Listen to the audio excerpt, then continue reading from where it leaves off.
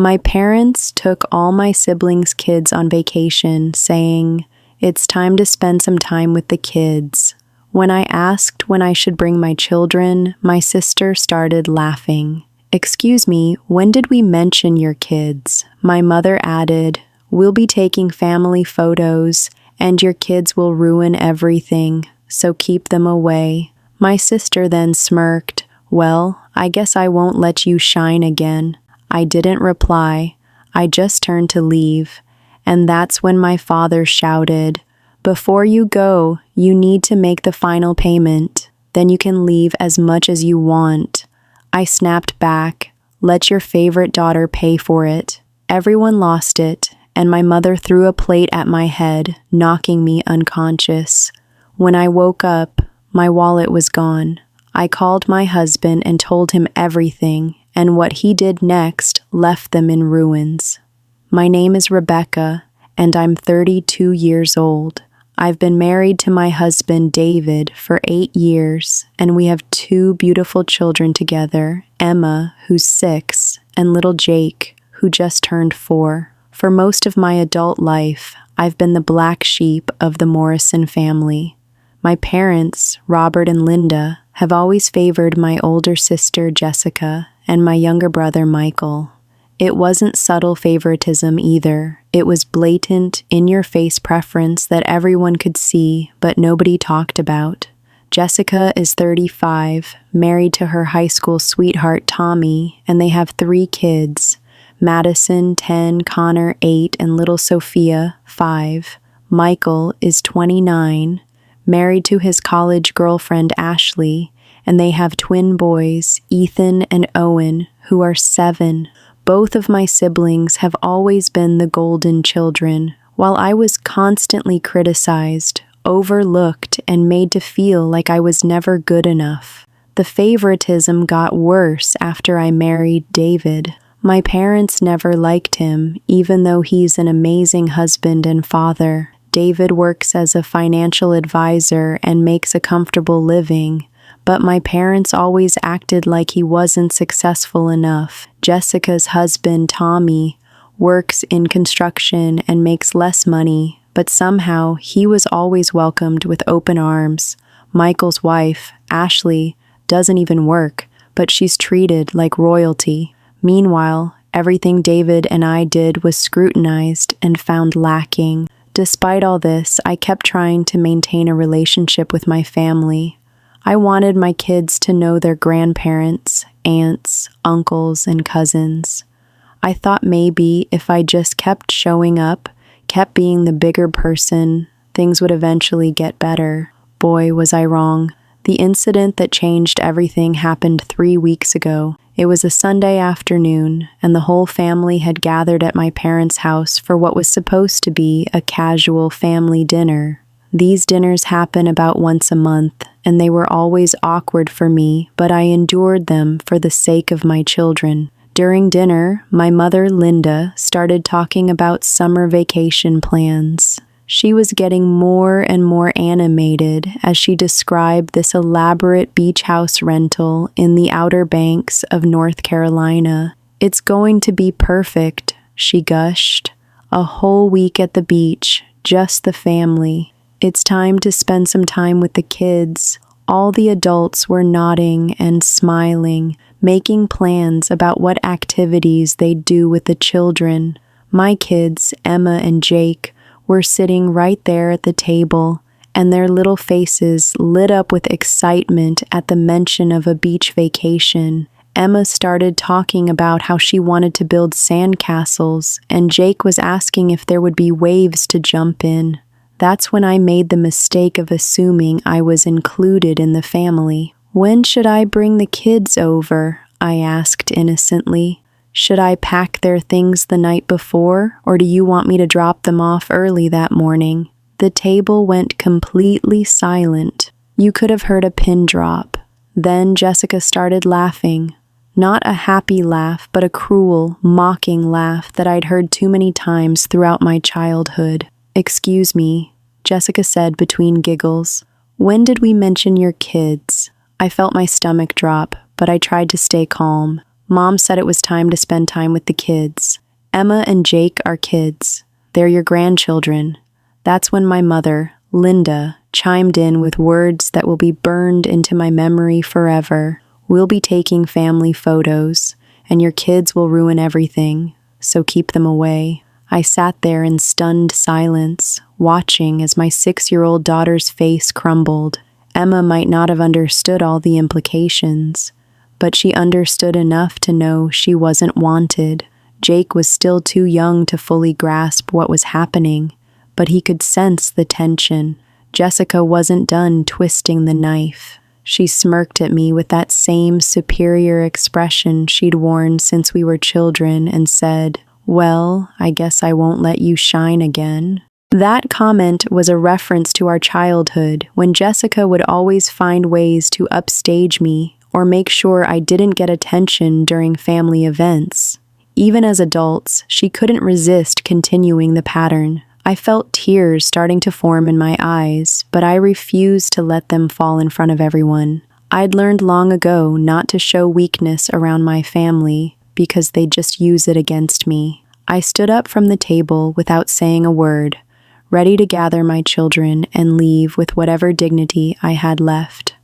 That's when my father, Robert, decided to pour salt in the wound. "Before you go," he shouted after me, "you need to make the final payment. Then you can leave as much as you want." This was the ultimate slap in the face. For the past 6 months, my parents had been asking me to contribute money toward their house renovations. They said it was a family investment since we'd all benefit from the improved house during gatherings. I had already paid them $4,000 over several months, money that David and I had scraped together from our savings. The final payment they were referring to was another $1,500 that they wanted for new patio furniture. They'd been pressuring me about it for weeks, even though I'd explained that money was tight because we were saving for Emma to start gymnastics lessons and Jake needed new clothes for preschool. Something inside me snapped. After years of being treated like a second-class family member, after watching my children be excluded and hurt, after being asked to pay for improvements to a house where my kids apparently weren't even welcome, I'd had enough. "Let your favorite daughter pay for it," I said, my voice shaking with anger. The reaction was immediate and explosive. Jessica started screaming at me, calling me ungrateful and selfish. Michael jumped up from his chair, shouting about how I'd always been the problem in the family. My father's face turned purple with rage, and he started yelling about respect and family obligations. But it was my mother who shocked me the most. Linda picked up her dinner plate, a heavy ceramic plate that still had food on it, and hurled it directly at my head. I didn't have time to duck or move. The plate hit me square in the temple, and the world went black. I don't know how long I was unconscious, but when I woke up, I was lying on the living room couch with a splitting headache. My children were nowhere to be seen, and I could hear voices coming from the kitchen. My head was throbbing, and when I touched the spot where the plate had hit me, I could feel a large, tender bump. I struggled to sit up, and that's when I realized something was wrong. My purse, which I'd left on the coffee table, was open and rifled through. I quickly checked inside and discovered that my wallet was completely gone. My driver's license, credit cards, cash, everything was missing. Panic set in. I stumbled toward the kitchen, where I found my entire family cleaning up the dinner dishes as if nothing had happened. When they saw me, the conversation stopped abruptly. "Where are my children?" I asked, my voice shaking. "They're watching TV in the basement," Ashley said quietly. She was the only one who looked even slightly uncomfortable with the situation. "Where's my wallet?" I demanded. "What wallet?" Jessica said innocently. "My wallet that was in my purse, the one that's now missing." My father stepped forward with a cold smile. "Consider it partial payment for what you owe us. You can have it back when you pay the rest." I couldn't believe what I was hearing. My own parents had robbed me while I was unconscious from a head injury they had caused. I was looking at the faces of people who were supposed to love me, and all I saw was cruelty and indifference. Without another word, I went downstairs to get Emma and Jake. They were huddled together on the old couch, and Emma had clearly been crying. She ran to me when she saw me, and I could see the fear in her little eyes. "Mommy, are you okay?" she whispered. Grandma said, "You fell down." I held both of my children close, fighting back tears. "I'm fine, baby." "We're going home now." I carried Jake and held Emma's hand as we walked back upstairs and through the kitchen. Nobody said a word as we left. Nobody apologized. Nobody showed even a hint of remorse for what they put my children through. The drive home was quiet, except for Jake asking if we were still going to the beach. I had to explain to my 4-year-old that Grandma and Grandpa were going on a trip with his cousins, but that maybe we could plan our own beach day soon. Emma didn't say anything, but I could see her processing everything in that way that 6-year-olds do when the adult world doesn't make sense.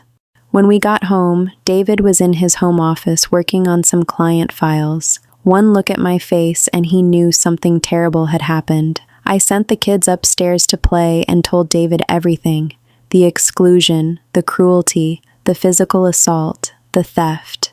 By the time I finished, his jaw was clenched so tight I thought he might break his teeth. David is usually a very calm, measured person. In all our years together, I'd rarely seen him truly angry. But that night, I watched my gentle husband transform into someone I'd barely recognized. His protective instincts had been triggered, and he was furious that someone had hurt his wife and children. "We're calling the police," he said immediately. "David, they're my parents. They assaulted you and stole from you. That's not family behavior. That's criminal behavior." He was right, but I was still hesitant. Despite everything, the idea of having my parents arrested felt overwhelming. David could see my conflict, so he suggested we think about it overnight and make a decision in the morning. That night, I couldn't sleep. My head was still pounding from where the plate had hit me, but the emotional pain was so much worse. I kept thinking about Emma's crushed expression and Jake's innocent questions. I thought about all the years I'd endured this treatment, always hoping things would get better, always making excuses for their behavior. By morning, I had made my decision. I was done being the family doormat. David had already been up for hours, and when I came downstairs, I found him at his computer with multiple windows open. He looked up at me with an expression I'd never seen before, determined and slightly scary. "I've been doing some research," he said. "Did you know that your father's construction business has been operating without proper licensing for the past 2 years?" I had no idea. Dad's construction company, Morrison Brothers LLC, was something he'd started with his brother Kevin 15 years ago. Uncle Kevin had died in a car accident 3 years ago, but Dad had kept the business going. And Jessica's little side business selling essential oils. She's been claiming medical benefits without FDA approval, which violates federal regulations. Plus, she hasn't been paying taxes on any of that income. My mouth fell open. David continued clicking through various documents and websites. "Your brother Michael's been collecting unemployment benefits while doing under-the-table work for your dad's company. That's fraud. And your mother's been claiming your deceased uncle as a dependent on their tax returns for the past 2 years, even though he's been dead." I sat down heavily in the kitchen chair. "How did you find all this out?" David looked at me with a mixture of love and determination. I had access to financial databases and public records through my work, along with research skills that helped me piece together information from various legitimate sources.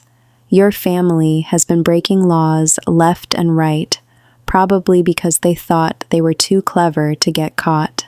"What are you saying?" I asked. "I'm saying we have options. We can report all of this to the appropriate authorities. The IRS, the State Licensing Board, the Unemployment Office, the FDA. He paused and looked at me carefully. Or, we can give them a chance to make this right. That's when David explained his plan, and I have to admit, it was brilliant. First, we documented everything from the previous night.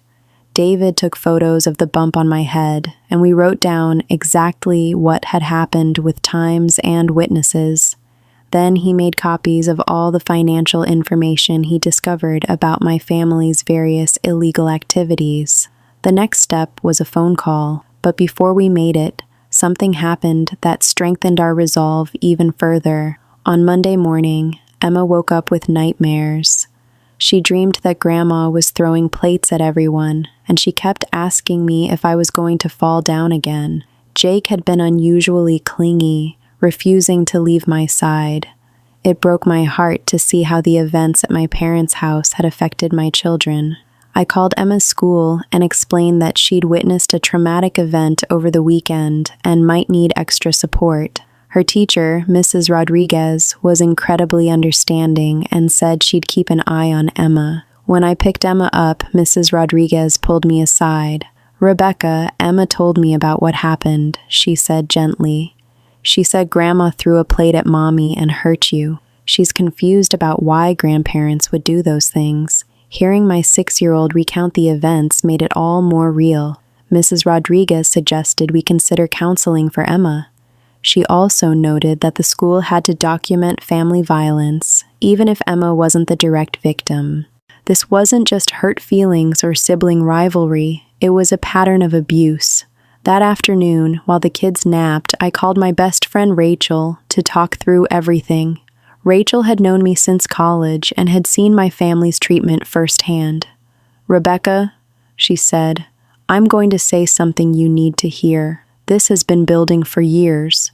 Remember when your parents showed up late to Emma's 2nd birthday because they were at Connor's soccer game? Remember when Jake was in the hospital and your family didn't visit because it was Madison's recital?" As Rachel listed the incidents, I realized how much I'd been normalizing the disrespect. "Rachel, they're still my family," I said weakly.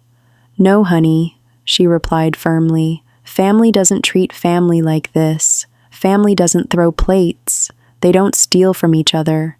That conversation was exactly what I needed. Rachel made me understand that protecting my children from my family's toxicity wasn't just reasonable, it was my responsibility as their mother. That evening, David and I made our final preparations for the phone call. We practiced what we were going to say and made sure all our documentation was ready. David had prepared separate folders for each family member, showing their legal violations. "Are you sure you want me to handle the call?" David asked. "It might be more powerful coming from you." I decided David should take the lead. They've never respected me. They've always seen me as the weak one who'll give in. They won't manipulate you the way they've manipulated me. David, being a financial professional, had a clear understanding of the legal processes. When he spoke about IRS investigations, he wasn't bluffing. David suggested we prepare for the possibility that my family might try to control the narrative. They'll probably try to turn the family against us. We should talk to the relatives we care about first and give them our side of the story. I called Aunt Marie, my father's sister, who'd always been kind to me. She promised her support, saying she'd never been surprised by my parents' treatment of me and would stand by me if they tried to turn the family against us. I also called my cousin Jennifer, Uncle Kevin's daughter, who was furious when she heard what had happened. "That's fraud," she said immediately. "They're profiting from my dead father's identity."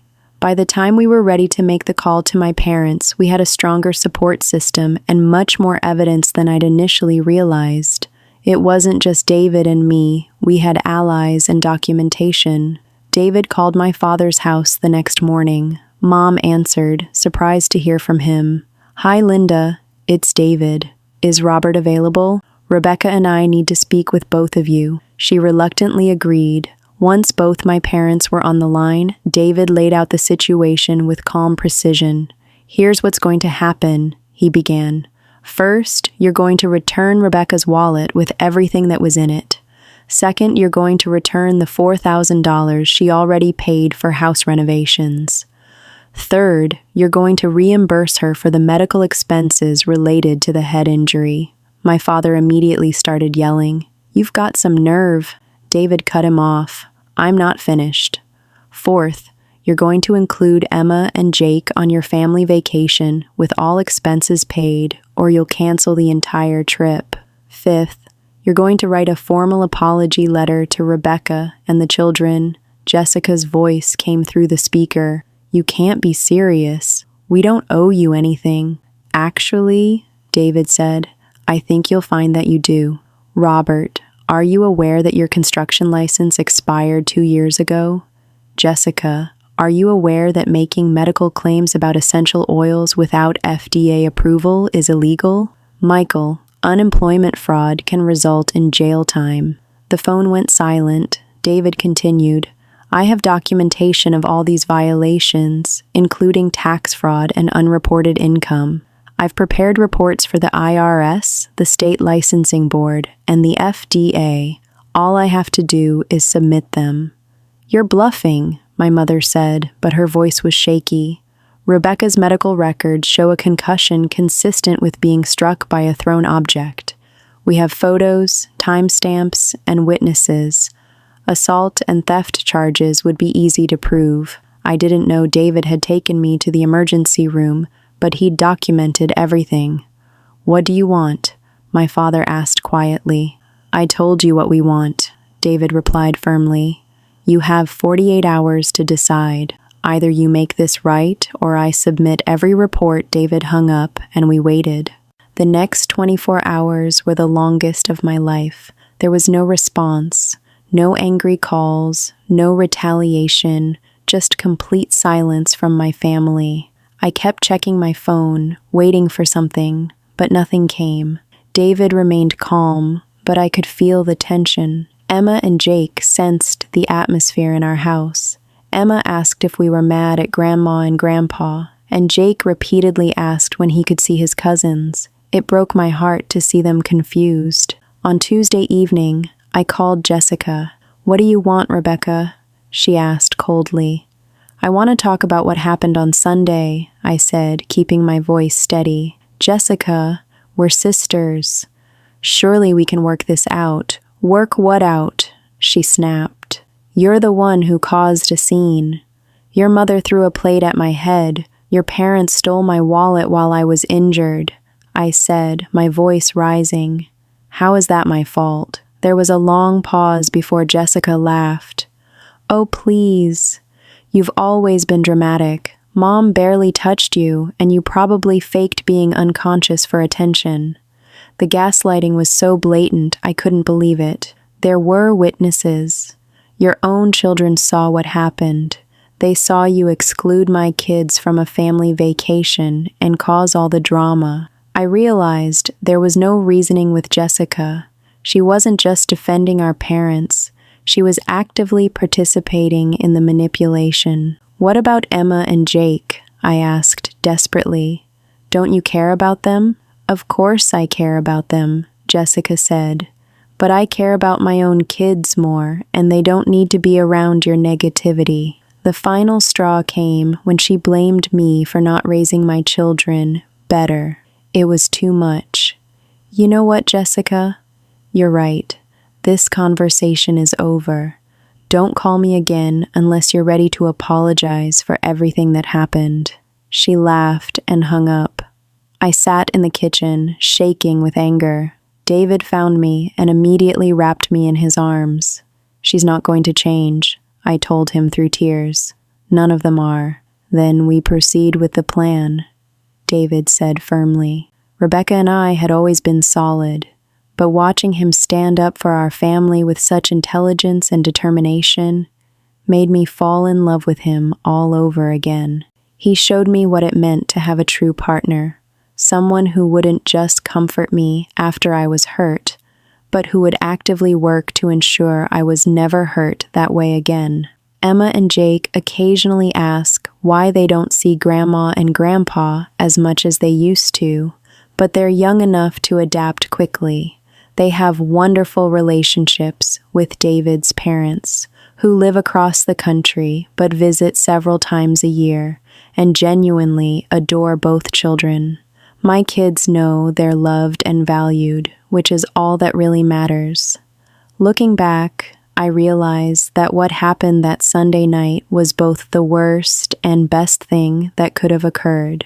My family finally showed their true colors in such an undeniable way that even I couldn't make excuses for them anymore. And David showed me that I deserve to be protected and cherished, not just endured. Some people might think what we did was too harsh, that family should forgive and forget. But I've learned that forgiveness doesn't mean accepting abuse, and family isn't just about shared DNA. Family is about love, respect, and support. My children and I deserve better than what the Morrison family was offering. And now we have it. The best revenge, it turns out, wasn't destroying my family's lives or exposing their secrets. The best revenge was building a life so much better than anything they could offer that their rejection became irrelevant. Emma and Jake are thriving. My marriage is stronger than ever, and I finally have the self-respect I should have demanded years ago. My parents thought they were punishing me by excluding my children from their vacation. Instead, they gave me the push I needed to finally break free from a toxic dynamic that was hurting everyone involved. They thought they were keeping my kids from shining, but they actually created the space for my family to shine brighter than we ever had before. That's the thing about people who try to dim other people's light. They usually end up sitting in darkness, while those they try to hurt find ways to create their own sunshine. My family learned that lesson the hard way, and I couldn't be more grateful for the outcome. Sometimes the best thing that can happen to you is having the people who don't appreciate you remove themselves from your life. It makes room for the people who do appreciate you to love you even more fully. And that's exactly what happened to